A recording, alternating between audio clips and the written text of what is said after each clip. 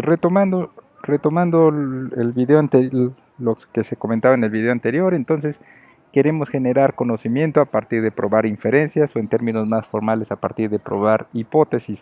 Si recuerdan, hay dos tipos de hipótesis con las que vamos a estar trabajando y son hipótesis alternativas e hipótesis nulas. Y esto de la hipótesis nula es muy importante porque al final de cuentas sobre lo que vamos a estar haciendo es probar constantemente la probabilidad de que ocurra una hipótesis que hemos planteado. Pero recuerden, hay dos hipótesis sobre las que vamos a estar trabajando. Las hipótesis alternativas son nuestras hipótesis de trabajo o las inferencias que creamos o las respuestas que le damos a nuestras preguntas de investigación. Y por el otro lado están las hipótesis nulas. El asunto es que ambas hipótesis vamos a probar la probabilidad de que ocurra cada una de estas. Bueno, en términos sencillos, el método de la prueba de hipótesis o también llamada prueba de significancia estadística, básicamente según Fisher lo que busca es probar si las mediciones provenientes de una muestra, esto es, si los datos que hemos recopilado y que tenemos en nuestra muestra están en armonía con la hipótesis del investigador o dicho de otra manera, estamos probando, estamos comparando lo que creemos que ocurre, y esa es la hipótesis del investigador, lo que creemos que ocurre, y lo comparamos con los datos de una muestra, y al final también en el fondo probamos si los datos de nuestra muestra pueden ser generalizados o no, y para esto se refiere que cualquier diferencia observada entre el verdadero valor de un parámetro poblacional y un estadístico muestral empleado para estimarlo se sujeta a una probabilidad. Esto es, vamos a hacer pruebas probabilísticas a partir de las hipótesis que generamos y contrastadas con las muestras o los datos que tenemos en nuestra muestra. Entonces son tres elementos los que vamos a estar utilizando en las pruebas de hipótesis: los datos de la muestra, nuestras hipótesis y los datos de cómo debería comportarse nuestra variable en una población. Y todo eso lo evaluamos, toda esa relación lo evaluamos probabilísticamente.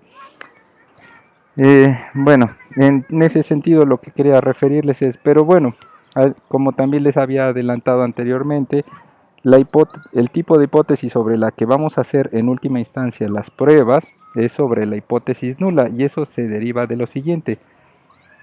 Imaginen a partir de esta gráfica que les presento, imaginen lo siguiente. A continuación les muestro dos curvas de distribución de probabilidades o que se corresponden a nuestras hipótesis. Imaginen lo siguiente. Ok, recuerden que la hipótesis nula en el fondo es el rechazo de la hipótesis alternativa.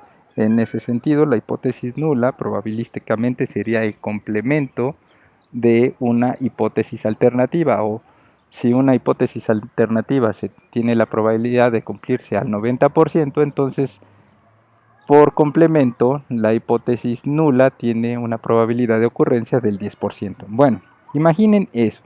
Ahora a partir de ello imaginen lo siguiente. Estas son las distribuciones de probabilidades para cuando nuestra hipótesis nula es verdadera en la realidad. Es verdadera, no lo sabemos, pero asumimos que en la realidad nuestra hipótesis nula sí existe. Y por complemento se encuentra la hipótesis nula o H0 es falsa. Si es falsa, lo que está diciendo H0 cuando es falso es que en el fondo nuestra hipótesis alternativa sí está ocurriendo. Entonces tenemos esta curva que se refiere a la probabilidad de que ocurra la hipótesis nula, y del lado derecho tenemos la curva de probabilidad de que ocurra la hipótesis alternativa. Como suele decirnos en los cursos de metodología, hay que pensar sobre nuestra hipótesis alternativa y hay que buscar los datos, o nuestra hipótesis de trabajo, y hay que buscar los datos para contrastarla. Pero recuerden, si lo vamos a hacer probabilísticamente, entonces juntamos los datos y al final calculamos un valor de referencia para probar si nuestra hipótesis nula va a ocurrir o no. Imaginen que es la media, el valor del promedio. El asunto es que todo esto es una curva de probabilidad. Y el asunto es que en algún momento puede ocurrir que si estamos trabajando sobre nuestra hipótesis de trabajo o alternativa, puede ser que encontremos un valor de la media para nuestros datos. Estas se refieren a las curvas en la población, ¿vale? Pero recuerden, no tenemos información sobre la población, tenemos información sobre la muestra. Y puede ocurrir que la muestra nos da datos para ubicarnos en este punto. Y por ejemplo, calculamos la media de nuestra variable de interés a partir de nuestra muestra y cae en este punto extremo. El asunto es que en este punto extremo, aun cuando la probabilidad de que ocurra sea pequeña, siempre habrá una probabilidad. Y si hay una probabilidad de que ocurra nuestra hipótesis alternativa, pues finalmente nunca la vamos a poder descartar, porque siempre habrá un pequeño margen de que ocurra.